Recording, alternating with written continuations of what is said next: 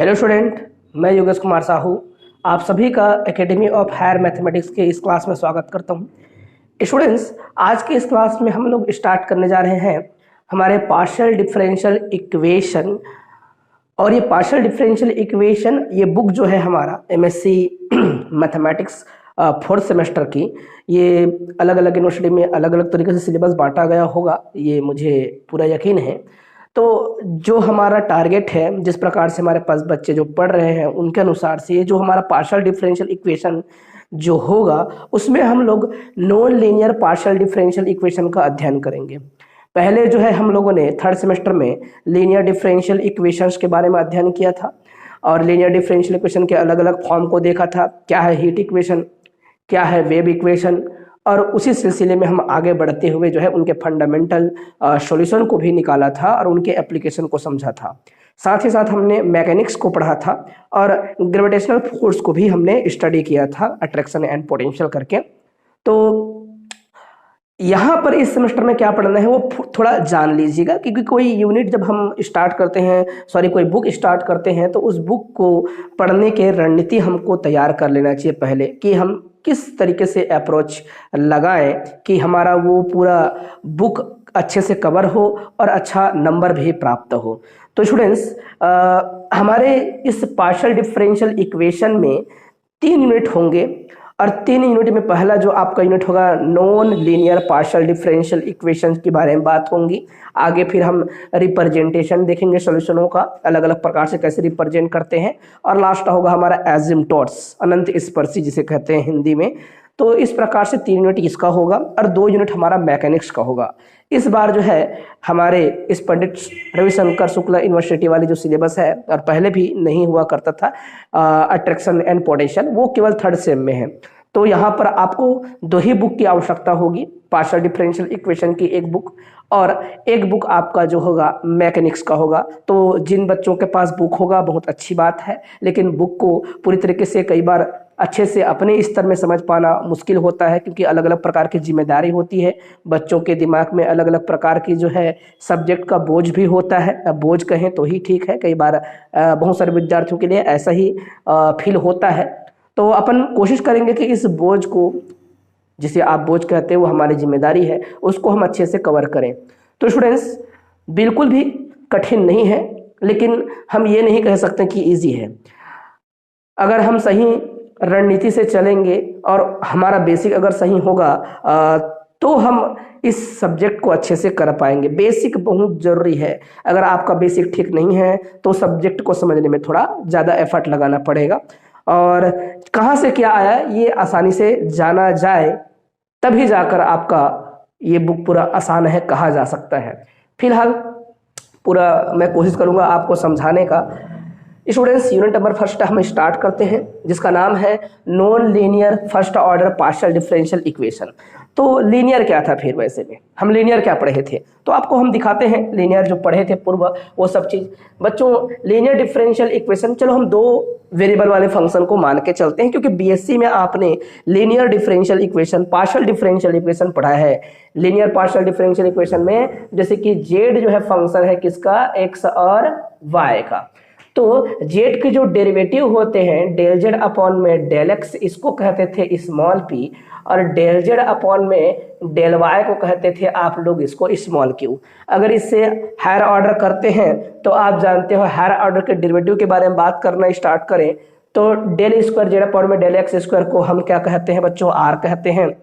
ठीक है, फिर जो है डेल स्क्वायर जेड अपॉन में डेल वाई स्क्वायर को हम क्या कहते हैं, उसको अपन टी कहते हैं। फिर आता है एस, जिसमें डेल स्क्वायर जेड अपॉन में del X del Y second order के डेरिवेटिव हैं सबके सब, इसको हम एस कहते हैं। ये सभी आपने अध्ययन किया हुआ है। तो लीनियर किसे कहते हैं, तो लीनियर मैं दिखा देता हूँ। ये तो फंक्शन समझ गए होंगे, और आपके पी क्यू क्या है वो डेरिवेटिव को भी समझ गए होंगे, फर्स्ट ऑर्डर डेरिवेटिव है। तो पी प्लस में Q equal to sine X, एक फंक्शन बना दिया हम लोगों ने। क्या बना दिया, फंक्शन। तो आप देख पा रहे होंगे ये जो डेरिवेटिव किसी भी प्रकार की डिफरेंशियल इक्वेशन का नामकरण ये घातों के रूप में जब किया जाता है तो ये फर्स्ट ऑर्डर की डेरिवेटिव फर्स्ट ऑर्डर है ही, साथ साथ इसकी पावर 1 है, इसकी पावर 1 है। तो फर्स्ट ऑर्डर की जो भी डिफरेंशियल इक्वेशन बनती है तो ऐसे डिफरेंशियल इक्वेशन को लीनियर डिफरेंशियल इक्वेशन के नाम से जाना जाता है। ये बात सिंपल है, ठीक है। लीनियर होने के लिए ये शर्त है। अगर मैं ऐसे कह दूं पी स्क्वायर प्लस में क्यू है और इक्वल टू क्या लिख दिया हमने, P into Q, Q into P, या फिर जो भी लिख दिया, और साथ में मैंने लिख दिया कॉस। यहाँ एक्स नहीं बोला जा सकता है, एक्स इंटू वाई बोल देना, कोई दिक्कत नहीं। और यहाँ पर आप कोई भी इस प्रकार से या फिर ऐसे ही रखिए, कोई दिक्कत नहीं है। ये एक डिफरेंशियल इक्वेशन है। अब इस डिफरेंशियल इक्वेशन को देखिए ध्यान से, तो बिल्कुल भी लीनियर नहीं है, ये नॉन लीनियर है। क्यों नॉन लीनियर है? क्योंकि यहाँ पर पी का स्क्वायर दिख रहा है। पी का स्क्वायर का मतलब क्या है आपको समझना पड़ेगा। मैं बार बार इस बात को रिपीट करता रहता हूँ। ये फंक्शन अगर जेड रहा होता, अगर मैं एक्स रिस्पेक्ट में डिफरेंशिएट कर दूं, डेरिवेट कर दूं पार्शियली, तो उसको हम बोलते हैं पी, और उसका स्क्वायर कर देने से क्या हो जाएगा, पी स्क्वायर हो जाएगा। समझ आया? उस डेरिवेटिव का आपको स्क्वायर करना होगा। ठीक, लीनियर तब तक होता है जब तक सभी डेरिवेटिव की पावर एक हो। ये भी अगर ऐसे कर दूंगा तो भी नॉन लीनियर है। क्यों? यहाँ पर पावर 1 है, यहाँ पर पावर 1 है, यहाँ पर जो दोनों डेरिवेटिव है दोनों मिलके पावर 2 बनाएंगे। तो आप लोगों ने पहली बार 12वीं कक्षा में ये पढ़ा था कि एक अवकल समीकरण की घात क्या होती है तथा कोटि क्या होती है। कोटि का मतलब कितना ऑर्डर का, कितना बार डिफरेंशिएट करके आपने डिफरेंशियल इक्वेशन बनाया है ना, उसमें कितने ऑर्डर के डेरिवेटिव हैं, इसको देख के हम उसको ऑर्डर को डिसाइड करते हैं किस ऑर्डर का है। और डेरिवेटिवों को पावर को देख के, पावर के माध्यम से हम बताते हैं कि कौन सा डिफरेंशियल इक्वेशन लीनियर होगा, कौन सा नहीं होगा। आई होप कि आप लीनियर का मतलब समझ गए होंगे। तो भाई यहाँ पर जो शब्द प्रयोग किया जाएगा, अब देखो यहाँ पर टू वेरिएबल फंक्शन नहीं है, जेड के बारे में बात नहीं करेंगे हम। जेड ना बोलकर कोई फंक्शन यू बोलेंगे, और यू के पास वेरिएबल होगा एक्स, और एक्चुअल में एक्स भी अपने आप में क्या है, खतरनाक है। ये आर से आता है, मतलब यूक्लिडियन स्पेस से आता है। अगर कोई भी चीज यूक्लिडियन स्पेस से आएगा तो उसके डेरिवेटिव को हम क्या कहेंगे, उसके डेरिवेटिव को हम लोग लिखेंगे dx। क्या लिखेंगे? du, ऐसा लिखेंगे। dx ना बोलकर, सॉरी, क्या लिखेंगे? du। मतलब जितने भी वेरिएबल होंगे इस फंक्शन का, उतना बार उस तरीके से अलग अलग डिफरेंशिएट किया जा सकता है। ये फर्स्ट ऑर्डर के डेरिवेटिव के बारे में बात किया जा रहा है। बगल में जब भी du लिखे तो समझ आना कि फंक्शन को डिफरेंशिएट किया जा रहा है, और पार्शियली ही होगा। पार्शियली क्यों होगा? क्योंकि कोई भी डिफरेंशिएशन को पार्शियल डिफरेंशियल तब कहते हैं यदि उसमें एक से अधिक वेरिएबल हो जाए। अगर एक बार डिफरेंशिएशन करना हो तो एक ही वेरिएबल होना चाहिए, तभी ये काम होता है। तो बच्चों के दिमाग में बहुत सारी चीजें होती हैं, और जब एमएससी के बच्चों के बारे में बात करें तो यहाँ की जो स्तर है पढ़ने या पढ़ाने का, उस स्तर के कारण से बहुत ही घटिया तरीके से बच्चे चीज़ों को समझते हैं, मतलब अच्छा नहीं समझ पाते। इसका ये मतलब हुआ, न टीचर अच्छा समझा पाते हैं, जिस कारण से उनकी बेसिक बहुत ख़राब होती है। किसी एमएससी के बच्चे को पकड़ लो और उसको उठा के ये पूछो कि डिफरेंशिएट कैसे करना है, इसका क्या अर्थ है, तो उस चीज़ को अच्छे से नहीं बता पाते। किसी छोटे क्लास के गणित को भी पूछोगे तो भी कई बार नहीं बता पाते, असक्षम रहते हैं। तो ऐसा अध्ययन जो है समाज के लिए जो है बहुत खतरनाक होता है। फिर भी प्रयास रहेगा आपके द्वारा कि आप अच्छा पढ़ेंगे स्टूडेंट्स। तो देखिएगा, अब डिफिनेशन तो देना है। अब ये रही बात, जितना भी आपको इसके संबंध में बात करना था मैंने बताया, मोटिवेट करने का प्रयास किया। क्योंकि अब हमारा जब स्टार्ट होगा तो यहाँ पर ऐसे डिफरेंशिएशन नहीं दिखेंगे। डिफरेंशिएशन के लिए हमेशा डी वगैरह प्रयोग करेंगे, और जो स्टैंडर्ड जो सिंबल्स हैं उनका उपयोग करेंगे। तो स्टैंडर्ड सिंबल्स अब धीरे धीरे समझ आ जाते हैं आपको। तो मान लेते हैं हमारे पास अभी डिफरेंशियल इक्वेशन बनाना है, तो कैसे शुरुआत किया जाए, जिसे non linear partial differential equation कहें फर्स्ट ऑर्डर की। तो स्टूडेंट सिंपल सा डिफिनेशन है इसका, a partial differential equation of the form. ये क्या है, ये पूरा एफ क्यों लिखा? अब बच्चा फिर से कंफ्यूज, तो मैं सिखा रहा हूँ आपको, सिंपल सी बात है। ये भी लिखा था ना मैंने, पी स्क्वायर प्लस में क्या लिखा था, क्यू लिखा था, equal to P into Q लिखा था। ये क्या है? ये पूरा मिलके पूरा एक इक्वेशन है, एक पॉलिनोमियल है। और एक पॉलिनोमियल क्या है, किसका किसका फंक्शन है? बोलेंगे सर आपका जेड फंक्शन रहा, जेड आपके इसके अंदर है क्योंकि जेड मेन फंक्शन था, वेरिएबल एक्स वाई रहे होंगे, हम ये बोलेंगे। इसके डेरिवेटिव भी इस पूरे इक्वेशन का फंक्शन है, क्योंकि किसी फंक्शन को बताने के लिए क्या चाहिए होता है, उसके अंदर क्या क्या है, क्या क्या वेरिएबल्स है। तो बोलेंगे सर पी भी है, मतलब क्यू भी है, पी क्यू दोनों डेरिवेटिव है, इसका मतलब ये हुआ। और साथ ही साथ मैं कहूंगा कि इसका फंक्शन तो जेड रहा होगा और वेरिएबल तो होंगे ही होंगे। ये पूरा जो लिखने का तरीका है इसको कहते हैं क्या? आपने बीएससी सेकेंड ईयर आपने डिफरेंशियल इक्वेशन पढ़ा होगा और 4 स्टैंडर्ड फॉर्म हुआ करते थे। इस प्रकार से डिफरेंशियल इक्वेशन जब बनाया करते थे, क्लियरेंट इक्वेशन, चतुर्थ श्रेणी का इक्वेशन, कभी 4 पीट मेथड से हल करते थे क्वेश्चन को। जब सभी चीजें शामिल होती थी, 4 पीट मेथड अगर याद हो तो अच्छी बात है। तो ये सभी जो है non linear partial differential equation के उदाहरण थे। और ये आपका नॉन लीनियर है बोलेंगे, बिल्कुल है। और फर्स्ट ऑर्डर का है बोलेंगे, फर्स्ट ऑर्डर का बिल्कुल है। क्यों है फर्स्ट ऑर्डर का? क्योंकि यहाँ पर फर्स्ट ऑर्डर के डेरिवेटिव दिख रहे हैं। तो ऐसे ही तो हमने यहाँ लिखा है बेटा, क्या लिखा है? फंक्शन। पूरा फंक्शन किसका फंक्शन है बोल रहे हैं? ये तो नामकरण है कि भैया ये एक इक्वेशन को फंक्शन कहा जाएगा। तो इस फंक्शन में एफ लिख देते हैं और अंदर में क्या है? डी, मतलब किसके डी? डेरिवेटिव किसके? यू के। खुद फंक्शन कौन? यू, और उनके वेरिएबल्स कौन? एक्स। इसका मतलब बहुत सारे होते, बहुत सारे। यहाँ पर लिखा है ना 2 वेरिएबल फंक्शन वाला है, ये यू के जगह आ गया, ये सारे वेरिएबल्स हो गई है ना। तो ये तो अपने आप में बहुत ज्यादा है, बहुत सारे वेरिएबल्स इसके अंदर ही पाए जाते हैं। और ये सारे सारे डेरिवेटिव डी यू के जगह है। समझ आया कि नहीं? बड़ा सिंपल सा था। अब एक बार अगर इनके संबंध में और अच्छा जानकारी हासिल करना चाहते हो, भविष्य में अगर आप शिक्षक बनना चाहते हो, तो जरूर एक बार खंगालिएगा और अपने अध्ययन को थोड़ा मजबूत कीजिए। तो बच्चों घबराने का नहीं। एक differential equation, partial differential equation, ये फर्स्ट ऑर्डर का डेरिवेटिव भूलना नहीं। ये जो है इसी को हम क्या कहते हैं? देखो ये पूरा को हम ऐसे बना सकते हैं कि नहीं? हमने क्या बना दिया? फंक्शन बना दिया P square Q square minus, sorry Q square नहीं है, पी इंटू ये हो जाएगा क्यू, और ये पूरा पूरा इधर राइट हैंड साइड में 0 आ गया, तो पूरा फंक्शन बन गया ये एक्सप्रेशन, है ना। बीजीय व्यंजक कहते हैं, ये सारे व्यंजक मिलके बना दिए एक फंक्शन। हमने उसको नाम दे दिया एफ, कोई बड़ी बात नहीं थी। तो इसी को कहते हैं non linear first order partial differential equation. यदि शर्त हो पहला तो ये क्या होना चाहिए? D you first order partial derivative होना चाहिए। है, दिख ही रहा है, फिर भी हम हाईलाइट कर रहे हैं। With respect two variable x, जो कि u एक डोमेन से आएगा। डोमेन क्यों लेना पड़ता है भैया? सिंपल सी बात है, 12वीं कक्षा से इस बात को पढ़ रहे हो। गणितीय कल्पनाओं की जब बात करते हैं, कभी डिफरेंशियल और इंटीग्रेशन की बात करते हैं, तो एक जगह चाहिए। जैसे कि ये रूम है, इस रूम में मेरे को गणित बताने के लिए क्या चाहिए? एक डोमेन चाहिए, इस बोर्ड की आवश्यकता है। समझ आया? बिल्कुल सही बात है ये। तो इस डोमेन का कोई वेरिएबल होगा, उन्हीं के संदर्भ में ये काम चलेंगे। वेयर बच्चों यू क्या होगा? ऑलवेज अननोन फंक्शन, और हम इसको यू को यूएक्स वगैरह भी हम लिखते हैं। और एक बात ध्यान से और रखिएगा कि डिग्री ऑफ डी यू, मतलब जो डेरिवेटिव हैं उन सभी का डिग्री क्या होना चाहिए? वो जो है अदर देन 1 होना चाहिए, मोर देन 1 होना चाहिए। जो शब्द लिख सकते हो, अदर देन 1, मोर देन 1, है ना। अदर देन 1 का यही मतलब होने वाला है, मोर देन 1 कहिएगा, ज्यादा अच्छा लगेगा। ठीक है, तो ये आपका non linear partial differential equation का डेफिनेशन हो गया, बहुत ही सिंपल। और मान के चलिए पहला आईएमपी क्वेश्चन यहीं से बनना स्टार्ट हो चुका है। अब कुछ नोटेशंस यहाँ पर होंगी वेरी इंपॉर्टेंट। देखिए क्या लिखा हम लोगों ने, ये एक नोटेशन लिखा कि फंक्शन को कभी कभी ऐसे भी लिखते हैं, ये भी ऐसे भी एक्सप्रेस करते हैं, जहां पर पी का मतलब क्या होगा? सभी आपके डेरिवेटिव, या फिर बोलेंगे ग्रेडियंट। क्या बोलेंगे हम लोग? ग्रेडियंट। जितने लोगों के पास अगर बुक होगा एलसी इवांस का या एच के पाठक जी का, तो जरूर एक बार साथ ही साथ जो है नोट्स बनाते हुए बुक का भी अध्ययन करें, और मैं पढ़ा रहा हूँ उसको भी देखें।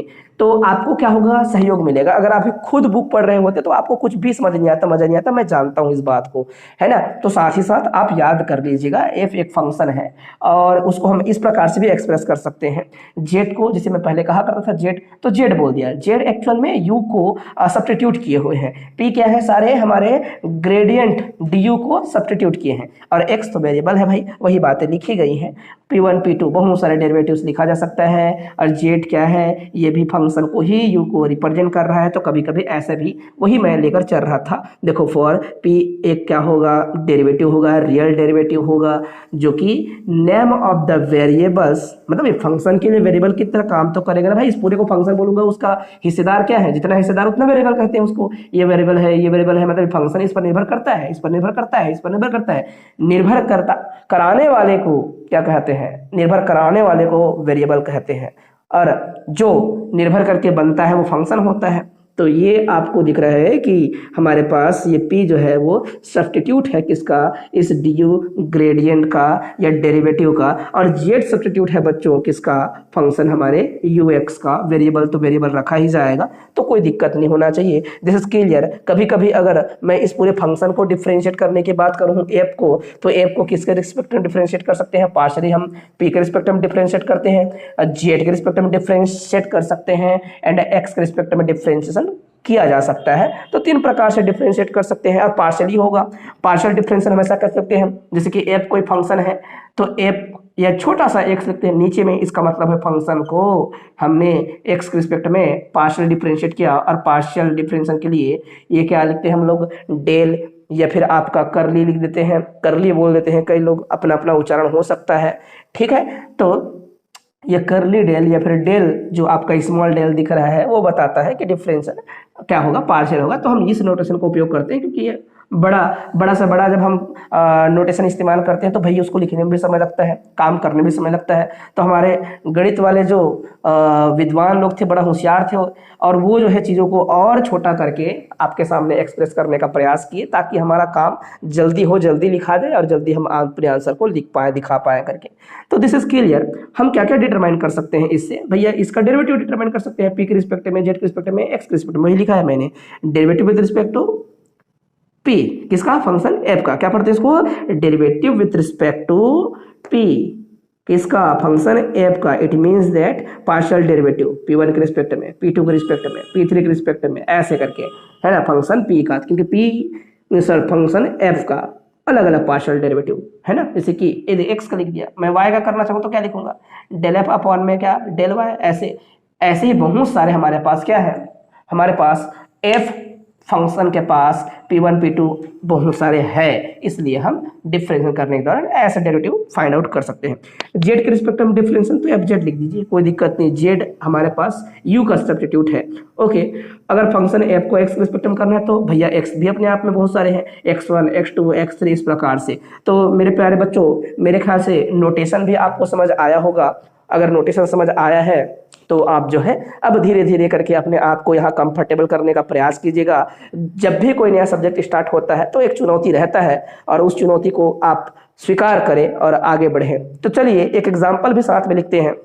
अगर यही प्रश्न आया और 5 नंबर में ये कहा गया कि non linear first order partial differential equation को एक्सप्लेन करते हुए एक शॉर्ट नोट्स तैयार करो विथ एग्जाम्पल, जो भी प्रश्न बोले, है ना, वो सभी लिखा जा सकता है। अब एग्जाम्पल में क्या लिखेंगे, मैं अगर टू वेरिएबल फंक्शन के रूप में कंसिडर कर लूँ तो बहुत सारे मेरे पास एग्जाम्पल है। जैसे कि यहाँ पर क्लियरेंट इक्वेशन वगैरह हम बोल रहे हैं, तो आप समझिएगा, मैं यहाँ पर जो भी लिखूंगा लीनियर के लिए और नॉन लीनियर के लिए, दोनों के लिए समझाने के लिए यहाँ पर एग्जाम्पल लिखूंगा। एग्जाम्पल का ये अर्थ है मेरे पास।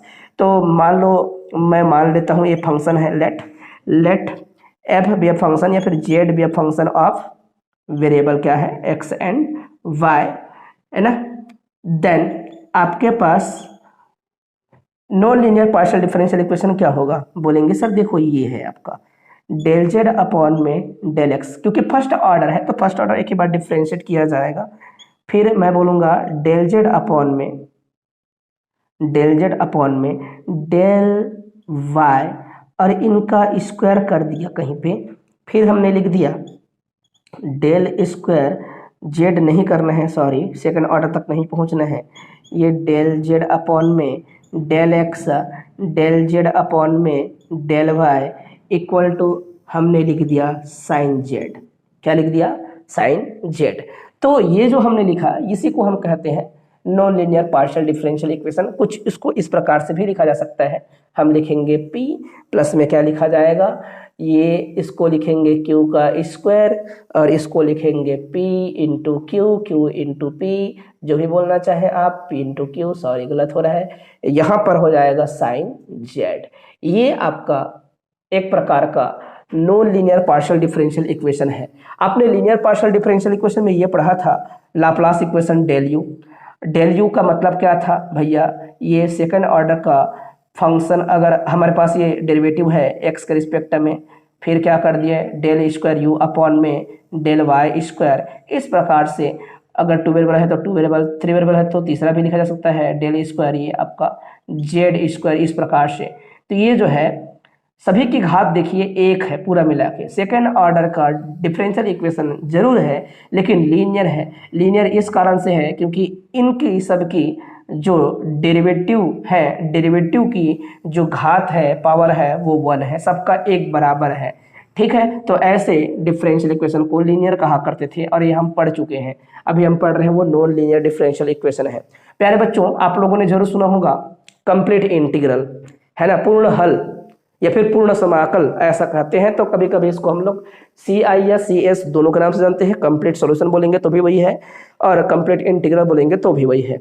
तो और क्या हल होते हैं, आप लोगों ने जरूर सुना होगा पर्टिकुलर सॉल्यूशन निकालते हैं, सिंगुलर सॉल्यूशन निकालते हैं, विचित्र हल कहते हैं हम लोग, और क्या निकालते हैं हम लोग, जनरल सॉल्यूशन भी निकालते हैं हम लोग। ठीक है, तो ये बात समझिएगा, जब differential equation with constant coefficient पहुंच जाते हैं तो हम वहां पर complementary function with particular integral PI निकाला करते हैं, है ना, CS बराबर में, CI बराबर में। तो वो अलग मामला होगा, वो तो डिफरेंशियल इक्वेशन जब BSc में पढ़ा करते थे तो वहां पर सारे कॉन्सेप्ट न्यूमेरिकल बेसिस थे, और यहाँ पर जो हम पढ़ रहे हैं MSc में वो रिसर्च के माध्यम से आगे बढ़ाने के लिए यहाँ पर सब्जेक्ट का जो निर्माण किया गया है, सिलेबस जो बनाया गया है वो उस स्तर का बनाया गया है। तो देखिए क्या कहते हैं कि भाई कोई भी कंप्लीट इंटीग्रल जब हम निकालेंगे तो कंप्लीट इंटीग्रल कुछ किस प्रकार से बोला जाएगा, बताया जाएगा करके। तो ओवरऑल ये सारी चीज़ों को एक साथ लेकर चलेगा भाई, 2 वेरिएबल वाले, 3 वेरिएबल वाले, 4 वेरिएबल वाले, ज़्यादा से ज़्यादा जितने भी वेरिएबल हो, कोई भी डिफरेंशियल इक्वेशन हो, लेकिन नॉन लीनियर डिफरेंशियल इक्वेशन हो, फर्स्ट ऑर्डर का हो, ये हम ध्यान में रख के काम करने वाले हैं। ठीक है, तो देखते हैं, ये मान लेते हैं हमारे पास क्या है, non linear partial differential equation consider किया गया है। और फटाफट आपको अपना डेफिनेशन लिखना है क्योंकि सबसे IMP डेफिनेशन दूसरा नंबर का ये है हमारे लिए, और पहले तो डेफिनेशन को कवर करना ही चाहिए। आगे बढ़ते हैं, ये हमारे पास एक फर्स्ट ऑर्डर का non linear partial differential equation है, पूरा लिखेंगे। और सपोज ए क्या है हमारे पास, एक ओपन सेट है और हम पैरामीटर इस ओपन सेट से उठाएंगे। हम लोग पैरामीटर क्यों चाहिए बच्चों, अगर आप BSc सेकेंड ईयर अच्छे पढ़े हों तो जरूर अपने कॉपी और बुक को पन्ना पलटा कर देखिएगा। जब जब हम कंप्लीट इंटीग्रल निकालते हैं उतना बार हमको पैरामीटर A और B चुनाव करना पड़ता था, और हमारे डेरिवेटिव को P को कभी A के रूप में सब्स्टिट्यूट करते थे और हमारे जो Q है उसको B के रूप में सब्स्टिट्यूट किया करते थे। तो वही जो है अभी भी यह लिखा गया है कि पैरामीटर A चुनाव करेंगे। तो पैरामीटर A को A1 A2 A3 ऐसा भी कहा जा सकता है, बिल्कुल कोई दिक्कत नहीं है, क्योंकि A अपने आप में ऐसा ओपन सेट है जो कि कहां से आया हुआ है, Rn से। देन वी हैव, हमारे पास सॉल्यूशन होगा। सॉल्यूशन क्या है, उस पैरामीटर के रिस्पेक्ट में आप सॉल्यूशन करने वाले हो, 2 टाइम कंटिन्यूसली डिफरेंशिएबल फंक्शन के रूप में हमारा सॉल्यूशन आएगा। किसी डिफरेंशियल इक्वेशन का सॉल्यूशन मतलब क्या होता है, फंक्शन को ढूंढना, है ना। मेरे बच्चों को लगभग पता होगा, जो मैं 5 साल से पढ़ा रहा हूँ उनको जरूर ये पता होगा, किसी डिफरेंशियल इक्वेशन को सॉल्व करना मतलब क्या। किसी डिफरेंशियल इक्वेशन को सॉल्व करने का मतलब होता है उस फंक्शन की खोज करना जिससे डिफरेंशियल इक्वेशन बना था। तो आपको ये बातें समझ आ गई होंगी। A इज इक्वल टू, ये आपको दिख रहा है, बिलोंग्स टू A, है ना, A ये पूरा A1 A2। We have C square का मतलब है 2 बार कंटिन्यूस डिफरेंशियल फंक्शन बनेंगे, निर्माण करेंगे of the partial differential equation first. लेकिन इसके साथ में एक और व्यवहार देखिएगा, हम एक क्या बनाने वाले हैं, डिटर्मिनेंट या मैट्रिक्स बनाने वाले हैं। डिटरमिनेंट नहीं बोलना चाहिए, मैट्रिक्स बनाएंगे, जिसमें क्या होगा, इस u का एक रिस्पेक्ट में डेरिवेटिव और सेकेंड ऑर्डर का डेरिवेटिव और पाया जाएगा, जो कि क्या होगा, इस u का x और a के रिस्पेक्ट में होगा। तो ये जो इस प्रकार से हम एक मैट्रिक्स बनाएंगे, मैट्रिक्स बड़ा सिंपल होगा, u a1 मतलब u फंक्शन को a1 के रिस्पेक्ट में। अब a1 को पहले रो में कांस्टेंट रखेंगे, याद करने का तरीका समझा रहा हूं, और हम आगे चलकर हम x को बढ़ाते जाएंगे। यहाँ पर एक बार भी x के रिस्पेक्ट में डिफरेंशिएट नहीं किए हैं। ये पहला जो कॉलम होगा पूरा फर्स्ट ऑर्डर का डेरिवेटिव के रिस्पेक्ट में ये चीजें बन रही होंगी, ये एंट्रीज जो हैं। सेकेंड वाले में देखेंगे a1 को कांस्टेंट छोड़ा, x के रिस्पेक्ट में डिफरेंशिएशन। आगे मैं बढ़ूंगा, फिर से मैं लिखूंगा x2, दूसरा वेरिएबल आ जाएगा, a1 फिर से कांस्टेंट है, उसके रिस्पेक्ट में डिफरेंशिएशन। आगे बढ़ते बढ़ते u और यहाँ पर xn, हमारा n वेरिएबल है, बहुत सारे x के कारण से, तो उसके रिस्पेक्टिव डिफरेंशियल और a1 को फिर से रखे हैं। अब ये a1 कांस्टेंट नहीं है, समझिएगा, थोड़ा विचार कीजिएगा मैं क्या समझाना चाहता हूँ। ये सिंपल सी बातें हैं। डेल u अपॉन में डेल a1, ये आपका कहलाता है डेल a1, समझ आया। अब इसी को फिर से डिफ्रेंशिएट कर दें, डेल स्क्वायर u अपॉन में डेल, अब आ जाएगा x1, डेल a1 पहले से था, इसको हम लोग लिखते हैं डेल, अब ये जो सामने में है क्या है, ये x1 और a1, समझ आया। मतलब u फंक्शन को डिफरेंशिएट करना जो है और सेकेंड बार करना है, एक बार डिफरेंशिएट हो चुका है, अब उसको दोबारा डिफरेंशिएट करना है x1 के रिस्पेक्ट में, उसको दोबारा डिफरेंशिएट करना है x2 के रिस्पेक्ट में, उसको दोबारा डिफरेंशिएट करना है xn के रिस्पेक्ट में। तो इस प्रकार से डेरिवेटिव बनते जाएंगे। तो ये सेकंड ऑर्डर का डेरिवेटिव इधर वाला पूरा होगा मेरे प्यारे बच्चों। अब दूसरा वाले में a2 के रिस्पेक्ट में पार्शियल डेरिवेटिव, और यहाँ पर भी ये फर्स्ट ऑर्डर का है। अब आगे बढ़ेंगे, अब ये एक बार हो चुका है u a2 के रिस्पेक्ट में, अब x1 के रिस्पेक्ट में आएगा, x2 के रिस्पेक्ट में आएगा, xn तक खींचेंगे इसको। इस प्रकार से ये जो मैट्रिक्स बन रहा है, इस मैट्रिक्स को थोड़ा दिमाग में रखेंगे। देखिए कंप्लीट इंटीग्रल का डेफिनेशन जब बता रहे हैं तो ये बहुत स्टैंडर्ड फॉर्म को लेकर चल रहा है, मतलब दुनिया भर के डिफरेंशियल इक्वेशन को ये अपने आप में समाहित करके उनके आंसर का रूप प्रदान कर सकता है। हालांकि डिफरेंशियल इक्वेशन का अपने आप में बहुत बड़ा क्षेत्र है। अगर आपने बीएससी सेकेंड ईयर पढ़ा है, मैं बार बार ये शब्द बोल रहा हूँ, क्यों बोल रहा हूँ, क्योंकि हमने पढ़ा है कई प्रकार के, हमने मॉन्स मेथड पढ़ा है, हमने चारपिट मेथड पढ़ा है ना, इन माध्यम से हमने लेंग्राज का अनडिटरमाइंड मल्टीप्लायर मेथड पढ़ा है ना, लेंग्राज का अनिर्धार्य गुणक विधि पढ़ा है। तो इस प्रकार से बहुत सारे विधियां पढ़ा करते थे। तो फिलहाल तो हमारे पास क्या है, नॉन लीनियर है, उसके सॉल्यूशन के बारे में बात कर रहे हैं। तो ये जो है सभी प्रकार के नॉन लीनियर डिफरेंशियल इक्वेशन को सॉल्व कर सकता है, हम ये मान के चल रहे हैं। अब मेन डेफिनेशन क्या है, फार्मल डेफिनेशन इसका समझिए।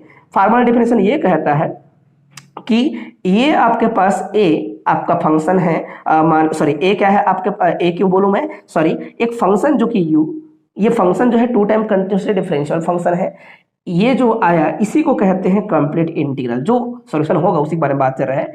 ये जो हम लिखे हैं इसके बारे में बात कर रहे हैं, इसी को हम क्या कहेंगे, कंप्लीट इंटीग्रल कहेंगे। इंटीग्रल मतलब क्या, उत्तर, उत्तर मतलब क्या, फंक्शन। किसका फंक्शन, पार्शियल डिफरेंशियल इक्वेशन का उत्तर कौन होता है, फंक्शन होता है। और उसी क्या कहते हैं, इंटीग्रल कहते हैं। क्यों कहते हैं भैया, जब किसी चीज को डिफरेंशिएट करते हो, अब उसको इंटीग्रेट करते हो, तभी हमारा उत्तर जो है वापस पहुंचता है, क्योंकि इंटीग्रेशन जो है डिफरेंशियल का क्या होता है, एंटी होता है। आपने जरूर फिजिक्स में किया होगा, जब कहीं डिफरेंशियल का निशान होता है तो दोनों पक्ष में समाकलन करते थे आप लोग। समाकलन करने से इंटीग्रेशन का निशान जो आता है डिफरेंशियल को कैंसिल करता है। और इसको किसने इंट्रोड्यूस किया था, न्यूटन भाई साहब ने। दोनों ही बातें जो है कहा था कि इंटीग्रेशन ही एंटी डेरिवेटिव के नाम से जाना जाता है, अर्थात डेरिवेटिव को कैंसिल करवाता है।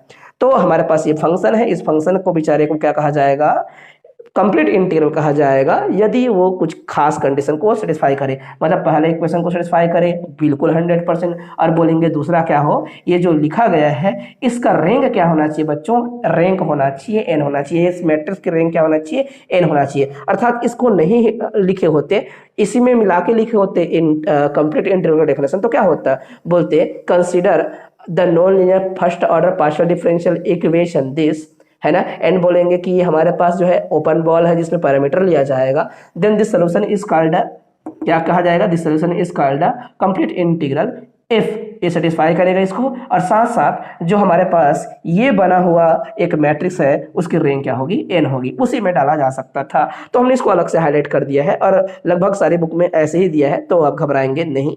मेरे ख्याल से आपको समझ आया होगा अच्छे से, बहुत कठिन नहीं है, बहुत सरल है अगर आपको समझ आता है तो। अब बच्चों, अब कुछ एग्जाम्पल है कंप्लीट इंटीग्रल का।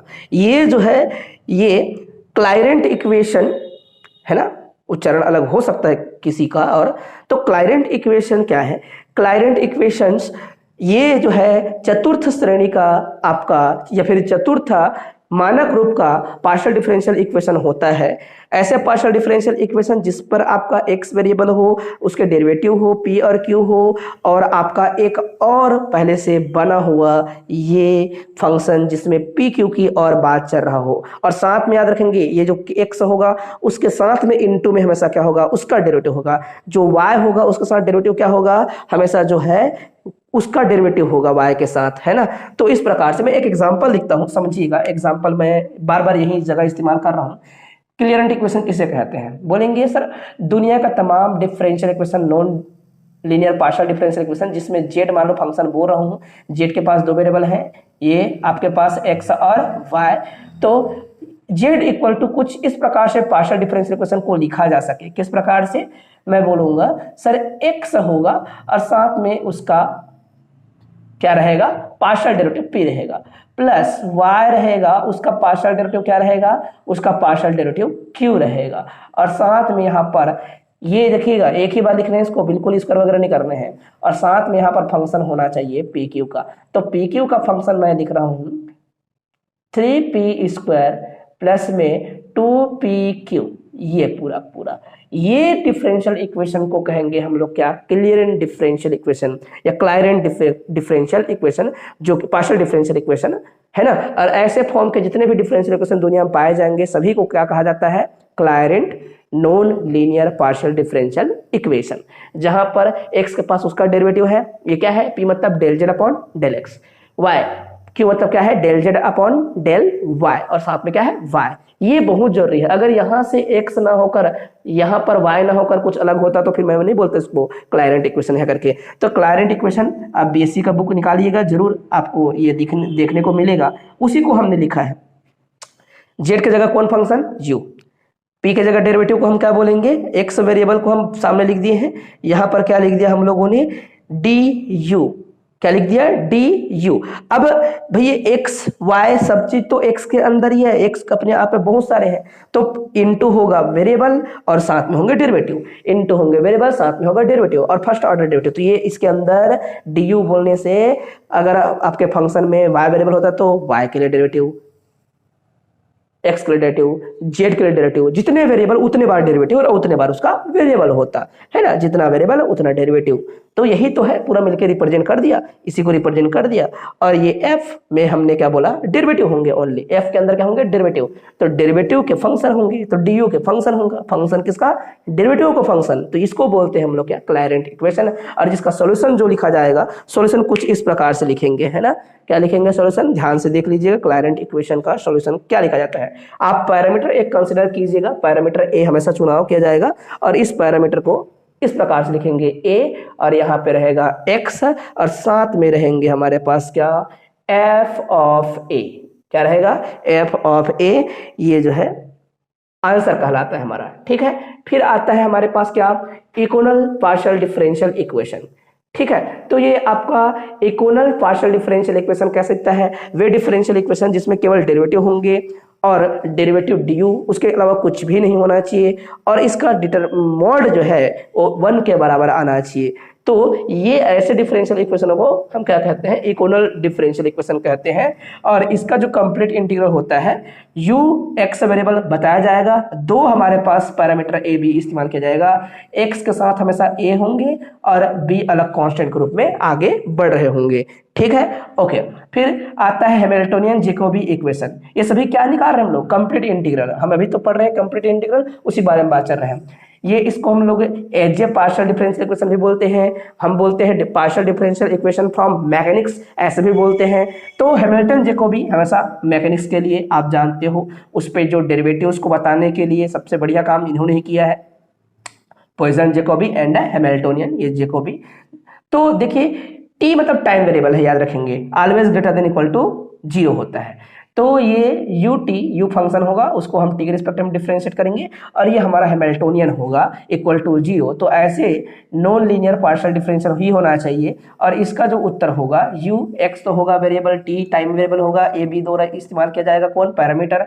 तो x के साथ क्या है, a है, और t जो है हैमिल्टोनियन के साथ है, उसके साथ क्या है, हैमिल्टोनियन में वेरिएबल को हटा, डेरिवेटिव हटा के हमेशा उस पैरामीटर को रखना है, प्लस में b, ये b पहले भी था, और यहाँ पर ये एक्स्ट्रा आया हुआ है ax में, ये चीजें एक्सेट्रा आ गई, बस सिंपल सी बात है। अब बच्चों हमको लिखना है ये new solution as envelope of complete integral. ये टॉपिक पूछा जा सकता है, पहले संभावना बहुत थी, अभी भी है संभावना। तो ये क्या है भाई, कोई सॉल्यूशन को किस प्रकार से हम एनवलप के रूप में एक्सप्रेस कर सकते हैं। What do you mean by envelope, ऐसा कह दे आपको कोई। एनवलप का मतलब क्या होता है बच्चों, फैमिली ऑफ कर्व, वक्रकुल नाम सुना होगा। तो फैमिली ऑफ कर्व से बनते हैं क्या, एक नया कर्व जो कि हर एक कर्व को कहीं ना कहीं इंटरसेक्ट करते हैं, है ना। अब मेरे ख्याल से मेरे को इधर मिटाना चाहिए और जो है आप इस बात को थोड़ा कवर कर पाएंगे। फिर मैं ये डेफिनेशन मिटा रहा हूँ, है ना। अगर नहीं लिखे होंगे तो आप जो है थोड़ा पीछे आकर इसको स्क्रीनशॉट ले लीजिएगा। क्या पढ़ा था आप लोगों ने, एनवलप और एवोल्यूट, दो चीज पढ़ा है, केंद्रज व एनवलप। जैसे कि फैमिली ऑफ कर्व y बराबर में mx प्लस सी, जरूर सुना होगा mx प्लस सी करके। तो ये क्या है, फैमिली ऑफ स्ट्रेट लाइन है, स्ट्रेट लाइन का इक्वेशन है बोलते हैं बच्चे लोग, लेकिन मैथ्स का बच्चा क्या बोलेगा, स्ट्रेट लाइन का इक्वेशन नहीं है बोलेगा, क्या बोलेगा, स्ट्रेट लाइन के फैमिली का इक्वेशन है ये, कौन, y बराबर mx प्लस सी। तो ये मैं क्यों पहुंच गया यहाँ पर, ये एनवलप से यहाँ क्यों पहुंच गया, आप देखेंगे कि तो आपको बुक में तो है ही नहीं है चीज। ये क्यों बता रहे हो सर एक्स्ट्रा करके, एक्स्ट्रा इसलिए बता रहे हैं क्योंकि पहला क्लास है और पहला क्लास में हम पूरी तरीके से ताकत लगाते हैं सारे फंडे को समझने का। तो देखो आप तो y बराबर mx प्लस सी कुछ भी ड्रा कर सकते हो, सारे स्ट्रेट लाइन, तो कुछ मैं इस प्रकार से ड्रा करता हूँ स्ट्रेट लाइन, ये सब स्ट्रेट लाइन है, ठीक है। ये सभी स्ट्रेट लाइन दिख रहे होंगे आप लोग को, ये सभी जो स्ट्रेट लाइन किसी न किसी एक खास पॉइंट पर जो है आपस में इंटरसेक्ट कर रहे होंगे। तो ये इंटरसेक्ट करने के बाद ये जो पॉइंट्स मिलती हैं, लोकस मिलता है, बिंदु पथ मिलता है, इनको आपस में मिलाने से एक नया कर्व बनता है, इस कर्व को कहते हैं एनवलप। जैसे लिफाफा नहीं बोलते हैं, तो एक कागज पकड़े दूसरा कागज पकड़े, चारों ओर से उस कागज से हम क्या बनाते हैं, एक बंद आकृति बनाते हैं, वो क्या कहलाता है, एनवलप कहलाता है। उसी प्रकार से हमारे कर्वों के लिए भी एनवलप शब्द इस्तेमाल किया जाता है। तो वही फैमिली ऑफ कर्व होगा और फैमिली ऑफ कर्व से हम क्या करते हैं, नया कर्व ट्रेस करते हैं, जो कि सब एक इंटरसेक्शन पॉइंट से ये जनित होते हैं। इसको हम लोग कहते हैं लोकस, हिंदी में कहते हैं बिंदु पथ, और बिंदु पथ से ये प्राप्त किएगा जो हमारा नया कर्व होता है उसको बोलते हैं एनवलप। अब आपको टेंशन लेना नहीं है, आपको ज़्यादा कुछ सोचना नहीं है, मैं सिंपल बताऊंगा, ये इसको आप अच्छे से याद रखिएगा, है ना। क्योंकि सारी जो यहाँ पर जो बातें चल रही हैं वो सैद्धांतिक जो बातें हैं वो रिसर्च के लिए है, और सभी चीज़ों को एक साथ ये अपने आप में कवर कर लेगा, ऐसे डेफिनेशन पढ़ रहे हैं। और ये डेफिनेशन न्यूमेरिकल बेसिस डेफिनेशन आप जो है बीएससी में सेकेंड ईयर में एक सब्जेक्ट हुआ करता था एडवांस कैलकुलस, उसमें आप पढ़ा करते थे। तो कोई दिक्कत नहीं, हम सिंपल सा शुरुआत करते हैं। ये कोई क्या होगा भाई, फर्स्ट टाइम कंटिन्यूस डिफरेंशियबल है, मतलब एक बार कंटिन्यूस डिफरेंशियल फंक्शन है और x कोई वेरिएबल होगा, उसको हम u डोमेन से चुनाव करेंगे, a पैरामीटर होगा, a शब्द जब भी लिखा जाएगा समझना पैरामीटर है ये, ठीक है। हिंदी में बोलते हैं प्राचल, वेयर u तो सबसेट है किसका, बोलेंगे Rn का, a सबसेट है किसका, Rm का, मतलब अलग अलग दो अलग अलग वेक्टर स्पेस या फिर यूक्लिडियन स्पेस बोल सकते हो। इसके डायमेंशन m है, इसके डायमेंशन n है, आप जरूर डायमेंशन के बारे में भी जानते होंगे, ठीक है। सभी सब्जेक्ट की आपस में कहीं ना कुछ रिलेशन होता है ना, आंतरिक रूप से जुड़ा होते हैं। और ओपन सेट्स और कंसीडर कर लेंगे एक पार्शियल डिफरेंशियल इक्वेशन इसी फंक्शन का, जो कि वेक्टर पार्शियल डिफरेंशियल इक्वेशन है। वेक्टर क्यों बोले, अरे वेक्टर दिख रहा है भाई, इसलिए वेक्टर शब्द इस्तेमाल कर लिया, x इज वेक्टर, ओके। तो ये डिफरेंशियल इक्वेशन, इसमें एक रिस्पेक्टिव फंक्शन को डिफरेंशिएट किया जा रहा है, इक्वल टू 0 किया जा रहा है। पार्शियली डिफरेंशियल किसके रिस्पेक्ट में, इस पैरामीटर a के रिस्पेक्ट में। और हमेशा अगर आप एनवलप निकाले होंगे, मैं बार बार कहता हूं, जिनको भी एनवलप समझ रहे हैं वो जो है मेरे प्लेलिस्ट में जाइएगा या फिर मुझे मैसेज कीजिएगा, मैं आपको बीएससी सेकेंड ईयर का एक प्लेलिस्ट दिखाऊंगा, भेजूंगा, और वहां पर आप सभी एनवलप को समझ सकते हो। और एनवलप को जब भी निकालते हैं और उतना बार हम अपने पैरामीटर m के रिस्पेक्ट में डिफरेंशिएट करते हैं। यहाँ पर पैरामीटर कौन है, पैरामीटर क्या है बेटा, m को क्या कहते हैं, स्लोप, प्रवणता, ढाल, और उस m के रिस्पेक्ट में फंक्शन को डिफरेंशिएट करके हम क्या करते हैं, एनवलप निकालते हैं। तो हमारे फंक्शन को किसके रिस्पेक्ट में डिफरेंशिएट किया जाएगा, a के रिस्पेक्ट में डिफरेंशिएट किया जाएगा, इक्वल टू 0 किया जाएगा। Suppose that we can solve equation number first for the parameter a as one time continuously differential function for variable x belongs to u of the form, किस form में, आप इस form में इसका answer निकालिए कि a इक्वल टू क्या मान लिया जाए, a इक्वल टू 5x मान लिया जाए, मतलब a is a function of x, ऐसा बोला जाएगा। देन ये जो हम इस यहाँ पर a बोल रहे थे उसको भी phi x के रूप में हम कंसिडर करेंगे। पूरा अर्थ यहाँ पर x के फंक्शन के रूप में ही किया जा रहा है, फिर वैसे में इक्वल टू 0। तब हम जो है नया यहाँ से जो सॉल्यूशन हम कंसिडर कर पाएंगे, लिख पाएंगे, जिसे हम vx कह दें, तो ये जो vx दिख रहा है इस vx के लिए ही ये क्या कहलाता है, ये एनवलप कहलाता है। ये vx क्या है, यही एनवलप है, ये अलग रूप में दिख रहा है, ये इसी को हम एनवलप कहते हैं, याद रखना। किनका, फैमिली ऑफ फंक्शन का। यहाँ पर देखो करली ब्रैकेट लगा हुआ है बेटा, करली ब्रैकेट से क्या बनते हैं, family of curve, family of functions. Her function किसको रिप्रेजेंट करता है, कर्व को रिप्रेजेंट करता है। तो इस प्रकार से आप जो है इसको समझ सकते हैं। थोड़ा ये जो पार्शियल डिफरेंशियल इक्वेशन है हल्का सा स्लो चलता है बाकी सब्जेक्टों की तुलना में, क्योंकि हमें ज़्यादा पढ़ना पड़ता है, ज़्यादा बोलना पड़ता है, बात समझाने का प्रयास करना पड़ता है। आई होप कि आपको ये बातें समझ आई होंगी। नेक्स्ट क्लास में इसी से संबंधित हम आगे बात को बढ़ाएंगे और आपको अच्छे से समझाने का प्रयास करेंगे। तब तक के लिए मुझे विदा दीजिए। जय हिंद, वंदे मातरम, जय छत्तीसगढ़।